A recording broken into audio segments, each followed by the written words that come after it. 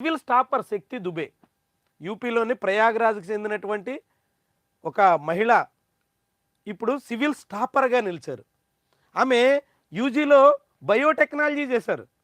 ఆ తర్వాత బనారస్ హిందూ యూనివర్సిటీలో తను పీజీ చేసి అక్కడి నుంచే సివిల్స్కి ప్రిపేర్ అవుతూ టాపర్గా ఫస్ట్ అటెంప్ట్లోనే, చాలా విశేషం. చాలామంది 4-5 అటెంప్ట్ చేసినా కూడా సివిల్స్ కొట్టలేనంత పరిస్థితిలో ఉంటుంది. అట్లాంటిది ఆమె తొలి ఎఫర్ట్లోనే ఇలాంటి సివిల్స్ టాపర్గా నిలవడం అనేది చాలా విశేషం. అదే సమయంలో ఫస్ట్ 2 ర్యాంకర్లో కూడా శక్తి దూబే యూపీ మహిళ, హర్షిత గోయల్ హర్యానా మహిళ, వీళ్ళిద్దరూ కూడా 1-2 ర్యాంకుల్లో ఉన్నారు. తొలి 5గురిలో మళ్ళీ 3 మహిళలే ఉన్నారు. అంటే సివిల్స్లో మహిళల పట్టు, మహిళల ప్రభావం ఎంత ఎక్కువగా ఉందో చూడండి. తెలంగాణకు చెందిన సాయి శివానికి 11వ స్థానం వచ్చింది. వరంగల్ అమ్మాయి. మొత్తం 2 తెలుగు రాష్ట్రాల్లో అదే టాప్ ర్యాంక్. ఏపీ అభ్యర్థి బన్నా వెంకటేష్కి 15వ ర్యాంక్ వచ్చింది. వాస్తవానికి వెంకటేష్ 2023లోనే ఐపీఎస్ కొట్టారు.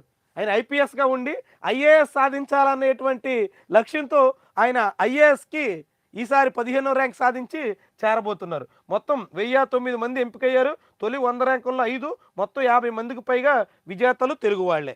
50 మంది వరకు వచ్చారు.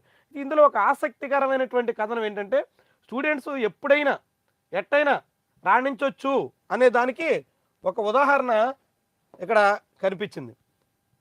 వైఫల్యాలు ఎదురైన విద్యార్థిగా నిలిచి, చాలా ఇంట్రెస్టింగ్ స్టోరీ, చాలా ఇన్స్పైరింగ్ స్టోరీ. చూడండి, ఆయన ఇంటర్ ఫెయిల్ అయ్యారు, ఇంటర్మీడియట్ ఫెయిల్ అయ్యారు, సివిల్స్లో 988వ ర్యాంక్ వచ్చింది. సరే, చాలామంది 10th ఫెయిల్ అయ్యి, ఇంటర్ ఫెయిల్ అయ్యి ఏదో అయిపోయింది, ఇక ఇంతటితో ముగిసిపోయినట్టే కదా అనుకుంటారు.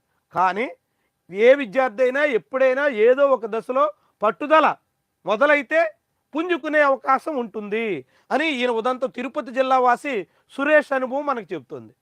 చూడండి, ఆయన ఇంటర్మీడియట్ ఫెయిల్ అయ్యి ఇప్పుడు సివిల్స్లో విజేతగా నిలవడానికి ఎంత కష్టపడి, ఎంత కృషి చేసి, ఎంత పట్టుదలగా సాగుంటారో ఆలోచించండి. తిరుపతి జిల్లా నారాయణవనం మండలం గోవిందప్ప నాయుడు కండ్రిగ గ్రామానికి చెందిన పామూరు సురేష్ సివిల్స్లో 988వ ర్యాంక్ సాధించారు. 10వ తరగతి వరకు సాధారణ విద్యార్థి అయిన ఆయన ఇంటర్ మొదటి సంవత్సరం ఫెయిల్ అయ్యారు. దీంతో నంద్యాలలో డిప్లొమా చేశారు. ఆ సమయంలో స్వామి వివేకానంద, అబ్దుల్ కలాం పుస్తకాలు చదవడంతో స్ఫూర్తి రగిలింది. చదువుతోనే జీవితంలో మార్పు వస్తుందని, సివిల్స్కు ఎంపికైతే పేదల కష్టాలు తీర్చవచ్చని గ్రహించారు. అది ఇంటర్మీడియట్ ఫెయిల్ అయ్యి డిప్లొమా కోర్సులకు వెళ్ళి డిప్లొమాలో ఉంటూ అనేక పుస్తకాలు చదివిన తర్వాత ఆ పుస్తకాల నుంచి స్ఫూర్తి పొంది ఏకంగా సివిల్స్లో విజేతగా నిలిచేటంత స్థాయికి చేరారు. సురేష్కి అభినందనలు.